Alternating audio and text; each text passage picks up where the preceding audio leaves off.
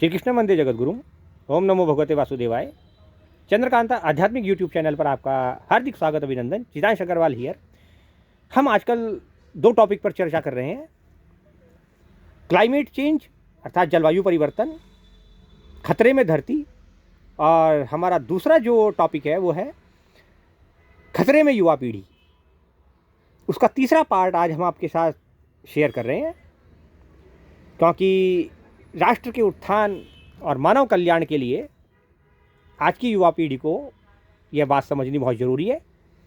पर उससे पहले हम एक निवेदन करेंगे साहब, आज सभी पत्रकार बंधुओं से, चाहे वो सोशल मीडिया पे हों, न्यूज़ चैनल्स पे हों या प्रिंट मीडिया से जुड़े हुए हों, इन्फ्लुएंसर्स भी हों भले ही, तो मित्रों बंधुओं, आप तो जानते ही हैं कि पत्रकारिता जन कल्याण, मानव कल्याण का सर्वाधिक सशक्त माध्यम है।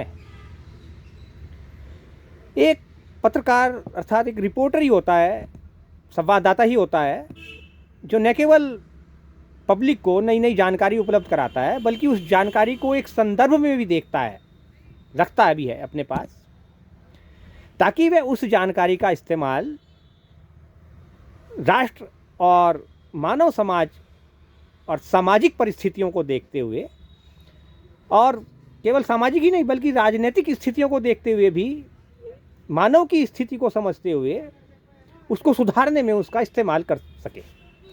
ऐसा एक जो पत्रकार बंधु हैं उनके विषय में मेरा सोचना है। इस प्रकार से पत्रकारिता का एक जो कहते हैं उसूल ये है। अब हम निवेदन अपने पत्रकार बंधुओं से इसलिए कर रहे हैं कि जब आप आज अपने चारों ओर देखते हैं तो आज की जो युवा पीढ़ी है वो पूरी तरह से बेहोश और मदहोश है। वो केवल ड्रग्स एडिक्ट ही नहीं है, उसको एक्चुअली में ये जो मैक्सिमम डेटा की जो एक तरह से अफीम चटाई जा रही है, और दूसरी बात ये जो अनेक जाहिल और न जाने कैसे कैसे तर्क और कुतर्क करने वाले इन्फ्लुएंसर्स सोशल मीडिया पर सक्रिय हैं। अभी आपने पिछले हफ्ते ही देखा था, जिनको आज माननीय सर्वोच्च न्यायालय ने बहुत बुरी तरह से फटकार लगाई है कि ऐसे बदजुबान और गंदगी भरे दिमाग वाले लोगों का केस सुना ही क्यों जाए। आप समझ गए होंगे मैं किन की बात कर रहा हूँ। तो ये जो मैक्सिमम डेटा है जो फ्री मिल रहा है, इसने न जाने कितने युवकों को मानसिक रूप से बीमार कर दिया है। ये भी एक तरह की अफीम है, केवल ड्रग्स ही अफीम नहीं होती या नशा होता। ये जो फ्री डेटा मिल रहा है ऑनलाइन, ये भी एक नशा है। तो ऐसा नहीं है कि सारे ही बुरे हैं, इसका तो सब इस्तेमाल कर रहे हैं, हम भी इसी का इस्तेमाल कर रहे हैं, सोशल मीडिया प्लेटफॉर्म होगा तो सभी इस्तेमाल कर रहे हैं।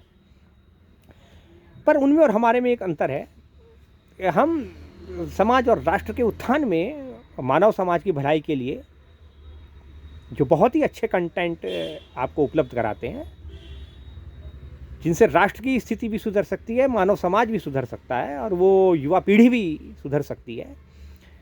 तो हम आपसे निवेदन करते हैं कि आप हमारे कंटेंट में से जो भी आपको पसंद आए, अच्छा लगे, उसको थोड़ा सा समय अपने चैनल्स पर और न्यूज़ चैनल्स पर देने की कृपा करें। क्योंकि जब तक आप हमारे रियल कंटेंट्स को आगे नहीं बढ़ाएंगे, युवा पीढ़ी और समाज और राष्ट्र का वो भला नहीं होने वाला जो हम चाहते हैं। और इसलिए हम आपका साथ चाहते हैं। हमने प्रातःकाल भी श्री हनुमत धाम तीर्थ स्थल के पुण्य पावन प्रांगण में निवेदन किया था, और पुनः हम अपने सभी वरिष्ठ मित्र पत्रकार बंधुओं से निवेदन कर रहे हैं, आप कृपया ध्यान दें। अब हम आगे बढ़ेंगे अपने उसी कंटेंट पर, खतरे में धरती, जलवायु परिवर्तन का जो कारण है उसके कारण आज हमने बिल्कुल एक अलग लिखा है कि वो जो सबसे बड़ा खतरा है साहब, वो इस समय वो जलवायु परिवर्तन का जो सबसे ज़्यादा खतरा मंडरा रहा है विश्व पे, उसका सबसे ज़्यादा असर भारत में होने वाला है। क्यों होने वाला है? क्योंकि भारत की जनसंख्या मात्र 75 सालों में 400% बढ़ गई है। ठीक है, फिर से सुनिए, भारत की जो जनसंख्या है वो सिर्फ 75 सालों में 400% बढ़ी है, और इसके एवज में जो संसाधन उपलब्ध हुए हैं वो मात्र 40% बढ़े हैं, अर्थात 360% का डेफिशिएट है। 1951 में जनगणना जो हुई थी उसके अनुसार भारत की जनसंख्या 36 करोड़ थी। आज अभी नया सेंसेक्स नहीं हुआ है और जनगणना अभी नहीं हुई है, लेकिन अनुमान है कि यह 145 करोड़ से ज़्यादा है। तो जिस हिसाब से जनसंख्या का विस्फोट भारत में हो रहा है, भारत इस जनसंख्या का बोझ उठाने में अब सक्षम नहीं है, यह चरमरा रहा है। देश के कर्णधार और राजनेता भले ही आपको मीठे मीठे दिन के सपने दिखा रहे हों, लेकिन जिस जगह पर खड़े होकर हम देख रहे हैं वहाँ से साफ साफ दिखाई दे रहा है, और आजकल तो बहुत ज़्यादा स्पष्ट रूप से दिखाई दे रहा है कि आस्था के नाम पर महाकुंभ जाने वाली उस भीड़ ने यह तथ्य साफ तौर पर बिल्कुल धरातल पर स्पष्ट कर दिया है। आप देख ही रहे हैं ना। तो यहाँ हम बात कर रहे हैं कि खतरे में जो धरती है, देश का युवा मदहोश है, वो बेहोश है,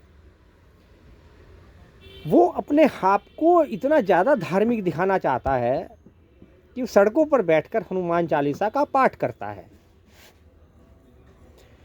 पाठ करने में मुझे कोई आपत्ति नहीं भाई। आज से पहले 75 साल में जब सड़कों पर एक समुदाय विशेष के लोग नमाज पढ़ा करते थे और ट्रैफिक जैम क्या करते थे, तो क्रिया की प्रतिक्रिया होती है। तो बात सड़क पर बैठकर हनुमान चालीसा पढ़ने की नहीं है, आप पढ़िए। बात यह है कि आपको उसका आध्यात्मिक अर्थ भी पता होना चाहिए, क्योंकि पढ़ना सिर्फ इंसान को आता है, देख और सुन तो जानवर भी लेते हैं। तो सुनिए, पढ़ना सिर्फ इंसान को आता है, देख और सुन तो जानवर भी लेते हैं। अब आप उस व्यक्ति को क्या कहेंगे जो है तो बहुत पढ़ा लिखा, लेकिन काम उसके सारे अनपढ़, जाहिल और गंवार वाले हैं। मतलब वो साक्षर तो है लेकिन शिक्षित नहीं है, क्योंकि उसके पास अध्यात्म नहीं है। जैसे इन पिछले 75 सालों में देख लीजिए आप, अभी दिल्ली रेलवे स्टेशन पर भगदड़ मची है, महाकुंभ में भगदड़ मची है, अनेक लोग मारे गए हैं, अनेक परिवार तबाह हो गए हैं। अंग्रेजों के द्वारा आज से सिर्फ लगभग 101 साल पहले, यानी कि 1926 में नई दिल्ली रेलवे स्टेशन बनाया था। उसका कितना विस्तारीकरण हुआ है सब आप जानते हैं, आप देख ही रहे हैं। न तो आज़ादी के बाद आम आदमी के लिए हिंदुस्तान में, भारत में उचित प्रकार से स्कूलों की व्यवस्था की गई, न अस्पतालों की व्यवस्था की गई, न इंफ्रास्ट्रक्चर को सुधारा गया, न उतने रेलवे स्टेशन बढ़े, न हवाई अड्डे बढ़े जिसकी गति से जनसंख्या बढ़ी 400%। और ये जो उपलब्धता है जो होनी चाहिए थी जनसंख्या के हिसाब से, वो मात्र 40%, अर्थात 1/10। तो सबसे ज़्यादा प्रभाव किन पर पड़ेगा? सबसे ज़्यादा प्रभाव बेचारे उन गरीबों पर पड़ेगा जो बिल्कुल आम हैं, जो सिर्फ आधी ज़िंदगी लाइनों में लगे होकर इसी में निकाल देते हैं। और देश की युवा पीढ़ी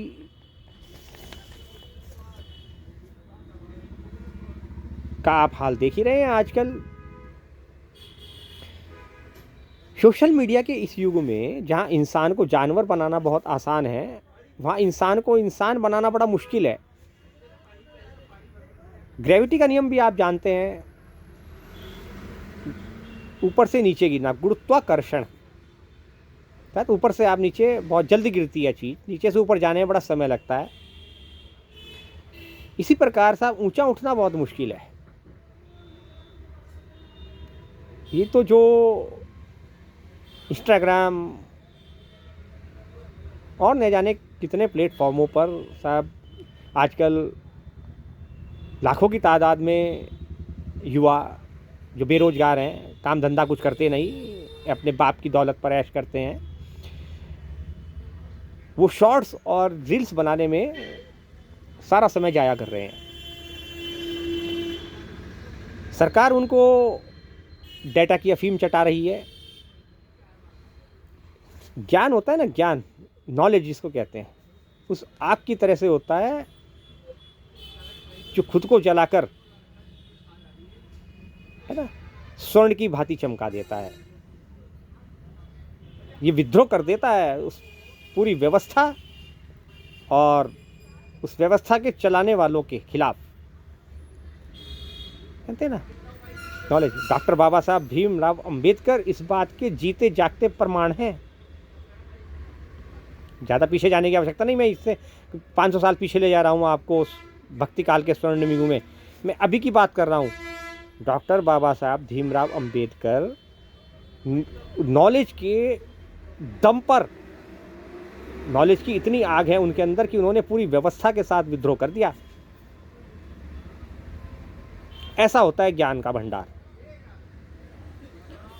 कभी कभी हमें ऐसा लगता है कि भारत में एक प्रकार की सब साजिश चल रही है युवाओं के साथ, युवा पीढ़ी के साथ।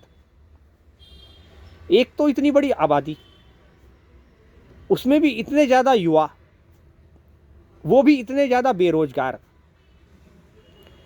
तो करें क्या?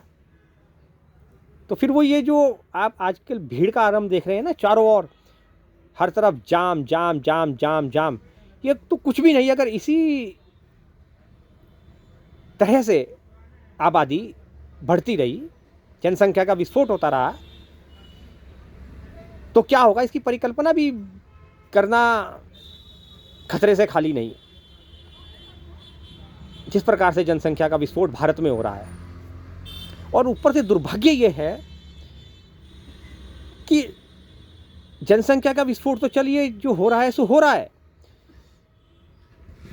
भारत बहुत जल्द मांसाहार की खपत में, वैसे तो भारत विश्व के टॉप 5 मांसाहार करने वाले देशों में शामिल है पहले से, लेकिन नंबर 1 की ओर बढ़ रहा है। और आपको दिन में सपने दिखा रहे हैं देश के कर्णधार कि भारत 2047 तक विकसित राष्ट्र बनेगा। इसको कहते हैं डेटा की अफीम चटाना।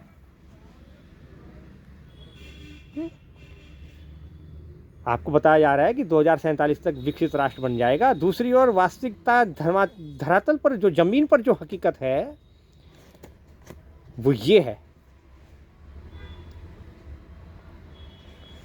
तो केवल खतरे में धरती ही नहीं, खतरे में पूरी युवा पीढ़ी आ गई है। वो ज्ञान बिल्कुल अर्जित करना नहीं चाहती, साक्षर वो अवश्य हो रही है, पर नॉलेज के नाम पर उसके पास शून्य, जीरो। सुधारने का मौका उसके पास पूरा है। क्यों है सुधरने का मौका पूरा? देखिए, आस्था, विश्वास, भक्ति और ज्ञान, इनमें बड़ा घनिष्ठ संबंध है। भक्ति को ज्ञान की माता कहते हैं और ज्ञान भक्ति का पुत्र है। यदि पुत्र अपनी माता से कुसंस्कारित हो जाए और जिस प्रकार रावण हुआ, तो भक्ति करते हुए भी वह सही ज्ञान ना होने के कारण विफल हो जाता है, जैसे रावण हुआ। रावण की अपने आराध्य देव महादेव देवाधिपति भगवान शंकर के प्रति भक्ति इतनी गहरी है कि उसने जो है हिमालय पर विराजमान भगवान भोलेनाथ को अपने कंधों पर धारण किया है भाई, लेकिन फिर भी भक्ति विफल हो गई। क्यों? क्योंकि जब भक्ति अगर ज्ञान की माता है तो ध्यान, जी हाँ, ध्यान पिता है। अब ये जो घनिष्ठ संबंध है इन चारों का, आस्था, विश्वास, भक्ति और ज्ञान, ये सीधा का संबंध हमारे मन से है, तन से नहीं। मन की जो वृत्ति है वह निरंतर अतीत में घटित हुई घटनाओं, मान्यताओं और धारणाओं को ढोता रहता है, ऐसा अतीत में जीता है। मन के साथ बड़ी एक विचित्र स्थिति है, क्योंकि और ये इसको प्रकृति से मिली है। प्रकृति त्रिगुणात्मक है, सत रज तम तीनों गुण यहाँ पर विद्यमान है। तो ये जो अतीत की पुरानी मान्यताएं, धारणाएं न हों अगर, तो क्या आपके मन में भय का संचार होगा? नहीं होगा। क्योंकि सत्य तो यही है कि हमारे अंदर क्षमता होनी चाहिए कि हम अतीत की संस्कारबद्ध हुई प्रतिक्रियाओं, धारणाओं और मान्यताओं के बिना भी इसी पल में, वर्तमान में, प्रत्येक स्थिति का सामना करते हुए उन स्थितियों को बदलने का प्रयास करें और अपने अंदर वो क्षमता पैदा करें। आज आप अपने चारों ओर देखिए किस प्रकार राजनीतिक विश्वास, धार्मिक विश्वास, राष्ट्रवादी विश्वास, लिम्ब्रांडुओं के विश्वास, ये सब एक दूसरे के विश्वास और आस्थाओं और मान्यताओं और विश्वास के चलते कितनी बड़ी फूट का कारण बन रहे हैं। आपसी द्वंद्व, भ्रांतियां, बैर भाव, द्वेष इतना ज़्यादा बढ़ रहा है, इस तरह पहले आज तक इतना कभी नहीं था। और इतना होने के बाद भी हम अपने विश्वास को, मान्यताओं को, धारणाओं को, संस्कृतियों को छोड़ने के लिए तैयार नहीं, कोई भी नहीं।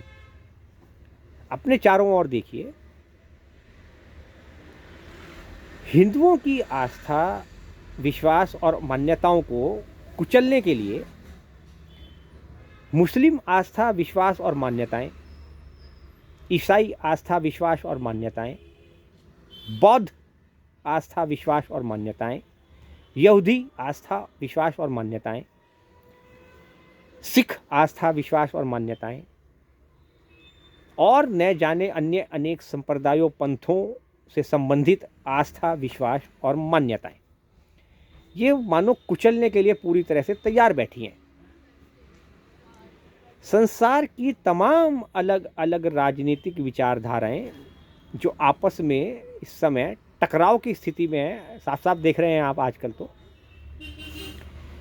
वो एक दूसरे की विचारधारा को तो मिटाने पर लगे ही हुए हैं।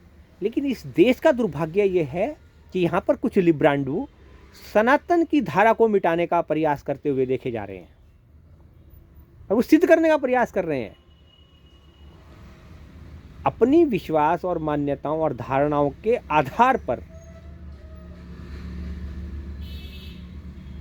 विभाजित करने का जो कुत्सित प्रयास भारत में हो रहा है वह और दूसरी कहीं पर नहीं हो रहा है। इसलिए मैं कह रहा हूँ केवल धरती खतरे में नहीं है, युवा पीढ़ी भी खतरे में है। अब हिंदुओं के साथ समस्या ये है कि वो किसी भी विश्वास को बड़ी विनम्रता के साथ, बड़ी व्यग्रता से अपना लेता है। ये हिंदुओं की प्रॉब्लम है। बिना कुछ सोचे समझे विचारे, जबकि भक्ति ठीक उसी प्रकार से है जैसे कोई खाली प्याला होता है ना, कप देखा है जिसमें आप चाय पीते हैं, अगर वो खाली होगा तभी आप उसमें चाय डाल पाएंगे, जल डाल पाएंगे, कुछ भी डाल पाएंगे। उस पात्र का खाली होना बहुत आवश्यक है। ठीक यही स्थिति मन की होती है, मन की होनी चाहिए। मन जब पहले से ही अनेक रूढ़ियों, मान्यताओं, धारणाओं, विश्वासों, आस्थाओं और न जाने कितने प्रकार के वचनों से भरा हुआ है, होता है पहले से, तो आपके हृदय में विराजमान सत्य अर्थात ईश्वर की भक्ति का समावेश आप उसमें कैसे कर सकते हैं? अर्थात आप ज्ञान का योग, कर्म योग